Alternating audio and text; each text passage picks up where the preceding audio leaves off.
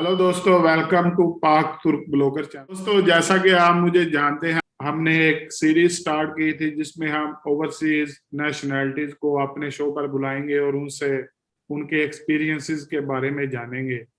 तो इसी सिलसिले में आज हमने अपने एक दोस्त को इस शो पर इनवाइट किया है जिसका नाम इजहर है और वो पाकिस्तान में पेशावर से ताल्लुक रखते हैं। तो दोस्तों, इस वक्त वो ओंधोकुज मेयस यूनिवर्सिटी में एज ए रिसर्च एसोसिएट काम कर रहे हैं। तो आइए, तो सबसे पहले इधर हम आपको खुशामदीद कहते हैं पाक तुर्क ब्लॉगर चैनल में। पहले आप अपना इंट्रोडक्शन करवा दें और फिर उसके बाद हम अपने शो को कंटिन्यू करेंगे। Thank you guys. मेरा नाम इजहारुल्लाह है। मैं पेशावर से ताल्लुक़ रखता हूँ, पाकिस्तान से। वहाँ से मैंने अपनी बीएससी और मास्टर जो है ना, मैंने हॉर्टिकल्चर डिपार्टमेंट से की हुई है, यूनिवर्सिटी ऑफ एग्रीकल्चर पेशावर से। अभी मैं ओंधोकुज मेयस यूनिवर्सिटी में एज ए रिसर्च एसोसिएट काम कर रहा हूँ। स्ट्रॉबेरी पे मैं काम कर रहा हूँ और अभी मेरा पीएचडी रिसर्च स्टार्ट है। मैं अभी हाई टेम्परेचर स्ट्रेस पे काम कर रहा हूँ, स्ट्रॉबेरी पे।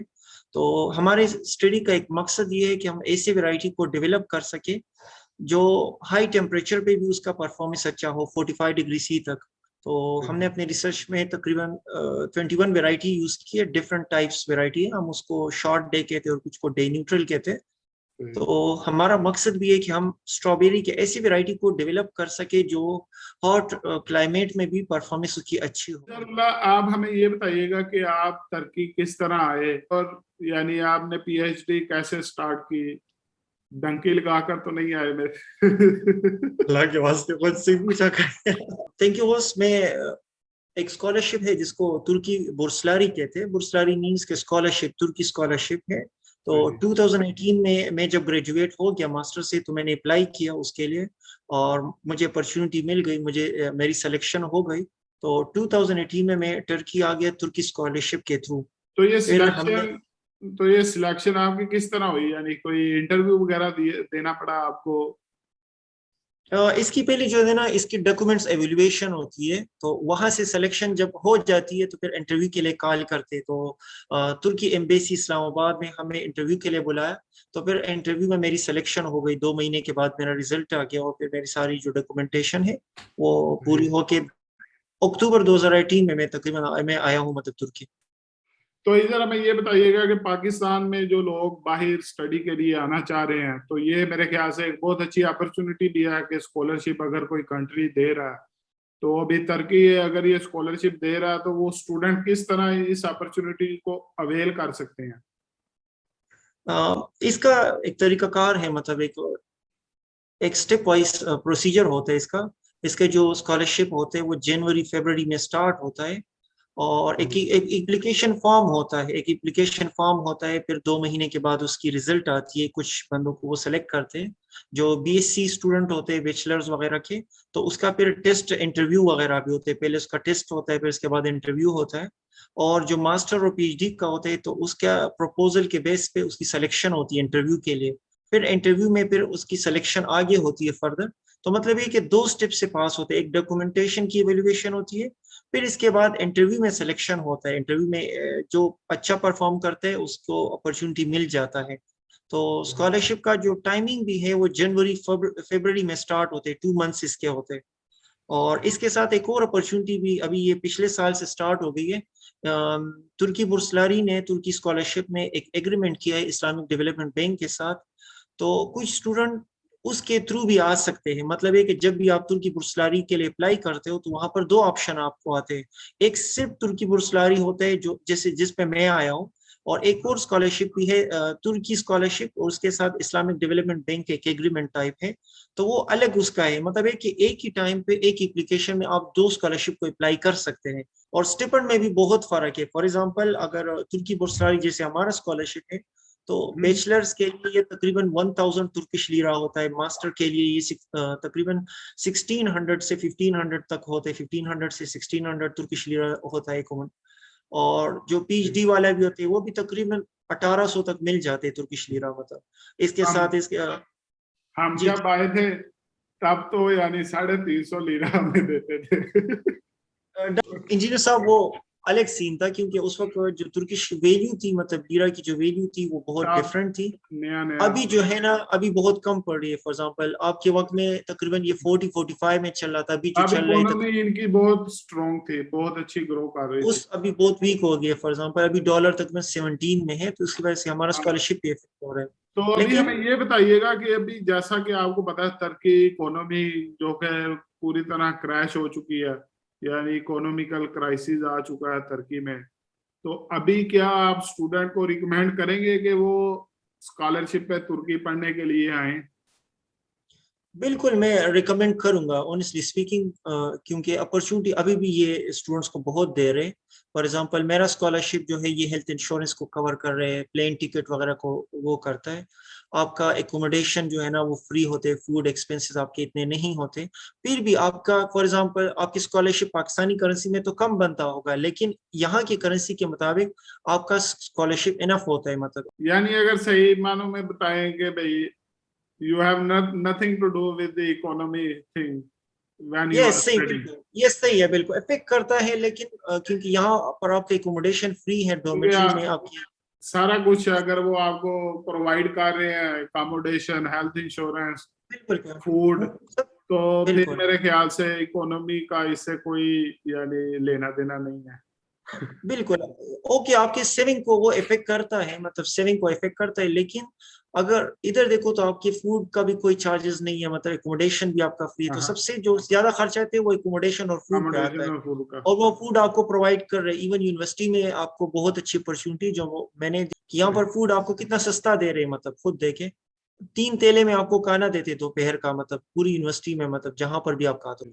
तो मेरे ख्याल से अगर एजुकेशन हो मुस्लिम कंट्रीज में तो तुर्की बेस्ट है, मतलब क्योंकि आपको स्कॉलरशिप की अपॉर्चुनिटी के साथ प्रोजेक्ट में भी चांस मिल सकता है। आपका जो रिसर्च प्रोजेक्ट होते हैं तो आपके कुछ सुपरवाइजर भी आपको सपोर्ट करते हैं, कुछ तो आपने क्या फर्क फील किया यानी तुर्किश सिस्टम में और पाकिस्तान एजुकेशन सिस्टम में? या टर्की सिस्टम और पाकिस्तानी सिस्टम में फर्क बहुत है। खासकर जो है ना वो हमारी फैसिलिटीज का, हमारे फॉर एग्जांपल टीचर तो हाई क्वालिफाइड होते हैं वहाँ पर, एजुकेशन सिस्टम भी इतना खराब नहीं है, लेकिन ये कि फैसिलिटीज का बहुत फुकदान होता है पाकिस्तान में, बहुत मसला होता है आती है। अभी मेरे सारे रिसर्च का खर्चा, मेरा कुछ खर्चा मेरा नहीं हो रहा, सारे में हम प्रोजेक्ट से कवर कर। तो इधर हमें ये बताइएगा कि तुर्की से अगर कोई बंदा यूरोप आना चाहे तो वो किस तरह आ सकता है, यानी is there any opportunity available?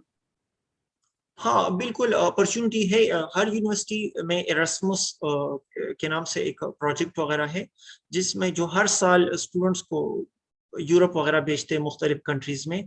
कुछ मतलब एक सेमेस्टर वाइज के लिए जाते हैं, 1 साल तक जाते हैं एक सेमेस्टर के लिए, कुछ 2 सेमेस्टर। यानी वो और कहीं कुछ भी जो है यूरोप में किसी भी यूनिवर्सिटी में जा सकते किसी भी हैं, या कंट्री, यस बिल्कुल एग्रीमेंट एग्रीमेंट होता है यूनिवर्सिटी बिल्कुल। To university? अ, ये बिल्कुल ये एग्रीमेंट जो है ना ये उसके लिए ज्यादा इंपॉर्टेंट होते हैं जो एजुकेशन पर्पस के लिए जाना जाते हैं, सेमेस्टर वाइज के लिए कुछ कोर्सेज वहां से पढ़ने के लिए। तो आप उस यूनिवर्सिटी में जा सकते हो जिसका ओंदोकुजमाइस या मतलब मेरी यूनिवर्सिटी के साथ एग्रीमेंट वगैरह है, तो फिर आप उसमें जा सकते हो। लेकिन अगर आपने इंटर्नशिप के लिए जाने तो वहां पर कोई क्राइटेरिया इस तरह का नहीं है कि एग्रीमेंट होना जरूरी है कि नहीं। आप किसी यूरोप के कंपनी में भी इंटर्नशिप कर सकते हो या यूनिवर्सिटी में भी। तो लास्ट ईयर मैंने अपॉर्चुनिटी मिली थी एरास्मस की, तो मैं पोलैंड से इस साल होके आया हूँ इंटर्नशिप करके।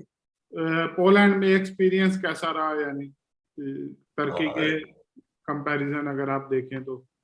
वहां पर ऐसे है कि आपका एक्सपोजर बहुत हो जाता है। आप यूरोप चले जाते हो प्रोफेसर्स के साथ, मतलब है कि जो एक्सपर्ट होते हैं उनके साथ आपका मतलब है कि फिर वास्ता आ जाता है, तो बहुत फायदा हो जाता है। आपकी नॉलेज जो है ना बहुत इम्प्रूव हो जाती है। आप मुख्तलिफ किस्म के लोगों के साथ मिल जाते हो, फॉरेनर वगैरह, यूरोप के जो जितने भी कंट्रीज है, फ्रांस वगैरह, स्विट्जरलैंड के, तो बहुत फायदा हो जाता है मतलब। तो इजहारुल्लाह में ये बताइएगा कि जो न्यू कमर्स पाकिस्तान से फॉर एग्जांपल अगर वो स्कॉलरशिप विन कर लेते हैं और तुर्की आ जाते हैं, तो उन्हें उधर तुर्की में कौन सी मुश्किलात का सामना करना पड़ सकता है आपके ख्याल से? यानी आप क्या रिकमेंड करते हैं कि स्टूडेंट तुर्की आने से पहले इन चीजों का अपने यानी खास ख्याल रखें? मेरे ख्याल से जो सबसे इम्पोर्टेंट मसला होता है वो लैंग्वेज होता है। लैंग्वेज बहुत मैटर होते है, ये सबसे ज्यादा बैरियर होता है, कम्युनिकेशन मतलब बैरियर ये है। जब भी एक नया student like me for example 2018 में आए तो सबसे ज्यादा जो हमें मसला था वो तुर्किश लैंग्वेज का मसला था, क्योंकि हम बाहर कम्युनिकेशन नहीं कर पा रहे थे। तो ये बहुत बड़ा मसला होता है, लेकिन टाइम के साथ मतलब वो फिर मसला हल हो गया। ये जो स्कॉलरशिप है ये लैंग्वेज कोर्स भी कवर करता है, यानी 1 ईयर टर्किश लैंग्वेज कोर्स। तो मेरे ख्याल से ये एक बहुत अच्छा स्टेप है कि जो भी स्टूडेंट टर्की आता है तो वो पहले लैंग्वेज कोर्स करता है, तो फिर उसके बाद फिर यूनिवर्सिटी जाता है। जी जी बिल्कुल, ये लैंग्वेज बहुत फायदा है। एक तो आप बाहर कम्युनिकेशन के लिए भी यूज कर लेते हो, मार्केट ग्रोसरीज वगैरह में, और दूसरी ये कि आपको तुर्की के कल्चर के बारे में भी आसानी हो जाती है, जानने में आसानी हो जाती है। आप मुख्तलिफ किस्म के, फॉर एग्जांपल 7 रीजन है टर्की के, 81 सिटीज वगैरह है, तो आपको मुख्तलिफ रीजन का, जैसे हम है ब्लैक सी रीजन में जिसको करादिनिस कहते हैं, करा मीन्स ब्लैक और दिनिस सी मतलब, तो ब्लैक सी रीजन में है। तो यहाँ का कल्चर और जो दूसरे साइड पे जो है फॉर एग्जांपल अनादोलू साइड पे, तो उनका कल्चर डिफरेंट वगैरह है। तो आपको मतलब है कि ये लैंग्वेज के जरिए से आपको बहुत सीखने को मिल जाते हैं। यहाँ पर एक और भी है, क्योंकि एजुकेशन जो है वो तुर्किश लैंग्वेज में होता है, तो वो कंपलसरी है। आप तब अपनी एजुकेशन को स्टार्ट कर सकते हो, मास्टर पीएचडी वगैरह को स्टार्ट कर सकते हो, जब आपके पास एक डिप्लोमा होता है C1 ग्रेड का, तुर्किश सर्टिफिकेट मौजूद होता है। क्योंकि आपका एजुकेशन जितने भी टीचर्स वगैरह है वो तुर्किश में बहुत अच्छा समझाते हैं, जो मैं। तो इधर हमें ये बताइएगा कि जब कोई स्टूडेंट ग्रेजुएट हो जाता है तो उसके बाद वो टर्की में कैसे रह सकता है, यानी कोई वीजा उसे मिलता है, या अगर वो ग्रेजुएट होने के बाद उसे जॉब आसानी से मिल जाती है, यानी थोड़ा सा इस बारे में भी हमें थोड़ा गाइड कर दीजिएगा। जॉब अपॉर्चुनिटी फॉर एग्जांपल आप ड्यूरिंग स्टडी करना चाहते हो या आफ्टर स्टडी, तो ड्यूरिंग स्टडी अपॉर्चुनिटी ज्यादा नहीं होती जो छोटे शहरों में, लेकिन बड़े शहर लाइक इस्तांबुल में आप देखें, बुरसा वगैरह, अंकारा, इजमीर, इसमें तो वहां पर अपॉर्चुनिटी मिल जाती है। लाइक लैंग्वेज सेंटर में आप कर सकते हो, या स्कूल वगैरह में टीचिंग की अपॉर्चुनिटी मिल सकती है। और बाकी जो है ना, फॉर एग्जांपल लाइक रेस्टोरेंट वगैरह में भी काम मिल सकता है, लेकिन छोटे शहर में थोड़ा मसला होता है, ज्यादा काम नहीं मिलता। आफ्टर ग्रेजुएशन आपको ऐसे है कि हर यूनिवर्सिटी में लाइक फॉरनर के लिए कोटा सिस्टम होते हैं, कहते हैं 18% तकरीबन कोटा होते हैं, तो वो टीचर्स को हायर कर सकते हैं, फॉरनर्स को हायर कर सकते हैं। ये तो जो हायर एजुकेशन के लिए स्टूडेंट आते हैं उनको ये अपॉर्चुनिटी मिलती है, लेकिन जो लो लेवल पे यानी अंडर ग्रेजुएशन के बाद फिर उनके लिए तो मेरे ख्याल से इशू होगा जॉब्स वगैरह का। बिल्कुल, आपने सही कहा, ये जॉब अपॉर्चुनिटी बहुत मसला होते हैं। मतलब है कि जो अंडर ग्रेजुएट स्टूडेंट्स वगैरह होते हैं उसको ज्यादा ही मसला होते हैं। जो upper level like for example like PhD या मास्टर वगैरह, तो उसको फिर भी अपॉर्चुनिटी मिल सकती है। कभी तो ऐसे होते हैं कि टीचर के साथ प्रोजेक्ट्स वगैरह होते हैं, लाइक टूबीटेक प्रोजेक्ट्स होते हैं, उसमें रिसर्च एसोसिएट के तौर पर भी उसको मिल सकते हैं तो अपॉर्चुनिटी। इधर हमें ये भी बताइएगा कि टर्की में अगर कोई बंदा सेटल होना चाहे तो वो किस तरह यानी सेटल हो सकता है, यानी विद फैमिली। यस बिल्कुल, इसका तरीका ये है कि या तो ये कि आपको इधर जॉब मिल जाए, वर्क परमिट मिल जाए, मतलब है कि विद इंश्योरेंस वगैरह, तो फिर आप वर्क परमिट के लिए अप्लाई कर सकते हो, मतलब उस वक्त आपको मिल सकती है। दूसरा जो तरीकाकार ये है कि आप यहाँ पर कोई लैंड ओन करते हो, मीन्स कोई इन्वेस्टमेंट वगैरह करते हो, कुछ खास फिगर वगैरह है, अगर आप उसको इन्वेस्ट कर ले, इधर लैंड ओन कर ले, तो फिर आपको ये देते हैं, रेजिडेंस देते हैं, रेजिडेंस परमिट प्रोवाइड करते हैं। लैंड करे मतलब है कि आप इन्वेस्टमेंट कर ले। पहले जो ना $2.5 लाख वगैरह था, तो अभी इन लोगों ने बढ़ा दिए $4 लाख जो है ना तकरीबन कर लिए। अगर आप किसी लैंड को ओन करते हो तो आपको ये 1 साल में नेशनलिटी दे देते हैं। तो इधर हमें ये बताइएगा कि खाने पीने का यानी क्या सिस्टम है टर्की में, अगर कोई न्यू कमर आता है तो उसे कोई मुश्किलात पेश आती हैं खाने पीने के लिहाज से या लाइफस्टाइल के लिहाज से। उस मतलब इधर जो लाइफ स्टैंडर्ड है वो बहुत हाई है, मतलब कि लाइफ स्टैंडर्ड बहुत डिफरेंट है पाकिस्तान से। और यहाँ पर जो फूड वगैरह है वो, क्योंकि हम पाकिस्तानी है, मतलब जो एशियन, मतलब जितने भी कंट्री है साउथ एशियन, ये सारे स्पाइसी फूड बड़े पसंद करते हैं। यहाँ पर स्पाइसी फूड इतने वो नहीं होते, लाइट फूड होते हैं लेकिन बड़े टेस्टी होते हैं। स्टार्ट में बड़ा मसला होता है, लेकिन फिर आप यूज टू हो जाते हो टाइम के साथ साथ, मतलब। तो इधर आप हमें ये बताइएगा कि आप कोई चीज जो यंग जनरेशन है पाकिस्तान से या किसी भी कंट्री से जो हमें हमारे चैनल को देख रहे हैं, पाक तुर्क ब्लॉगर चैनल को, तो आप क्या कोई रिकमेंड करना चाहेंगे यंग जनरेशन के लिए, कोई पैगाम? अ, मैं सब दोस्तों को भी ये बात कहता हूँ, और मेरा खुद भी सब दोस्तों को ये मशवरा होता है कि आप अपनी एनर्जी को सही चीजों, पॉजिटिव चीजों में यूटिलाइज करें।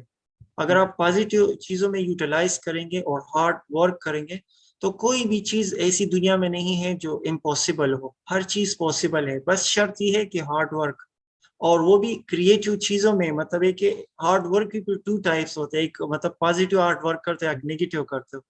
तो आप अपनी एनर्जी को जितनी भी इनोवेटिव चीजें, क्रिएटिव चीजों में यूटिलाइज कर लो, तो जो भी स्कॉलरशिप होगा या जो भी चीज होगा, जो भी प्रोजेक्ट होगा या जो भी एम्बिशन आपके होंगे लाइफ में, वो आप आसानी से अचीव कर सकते हो। और ये हमारे रब का भी हमसे वादा है कि जो इंसान मेहनत करता है अच्छे तरीके से, तो वो कभी नाकाम नहीं होता। दूसरी बात ये है कि हमने अपने दीन का दामन हाथ से नहीं छोड़ना। सही। दुनिया भी चलती होगी, दीन भी उसके साथ, मतलब है कि दीन और दुनिया को साथ में होंगे तो दोनों जहानों में कामयाबी, ये जहान में भी उस जहान में भी। तो कोई चीज ऐसी नहीं है कि आपको नहीं मिल सकती, बस शर्त ये है कुरान और नमाज, इसको कभी नहीं भूलना। आप जिंदगी में किसी भी मकाम पर हो, इसको नहीं भूलना। अगर इसको भूलोगे तो ना आपको दुनिया मिलेगी ना आखिरत मिलेगी। तो थैंक यू इजहर भाई, यानी आपने बहुत अच्छा ये पैगाम दिया। तो दोस्तों, आज की इस वीडियो का इख्तिताम हम यही करते हैं। तो हमारी आइंदा आने वाली वीडियोस के लिए हमारे चैनल को सब्सक्राइब, लाइक, शेयर और कमेंट करना ना भूलिएगा। तो हमें दीजिए इजाजत। ठीक है, बहुत शुक्रिया ओस, आपने भी हमें अपना कीमती वक्त दिया और हमें इज्जत दी। अल्लाह आपको बहुत इज्जत अता करे और तरक्की अता करे। Thank you so much. Thank you ओस। बाय। बाय।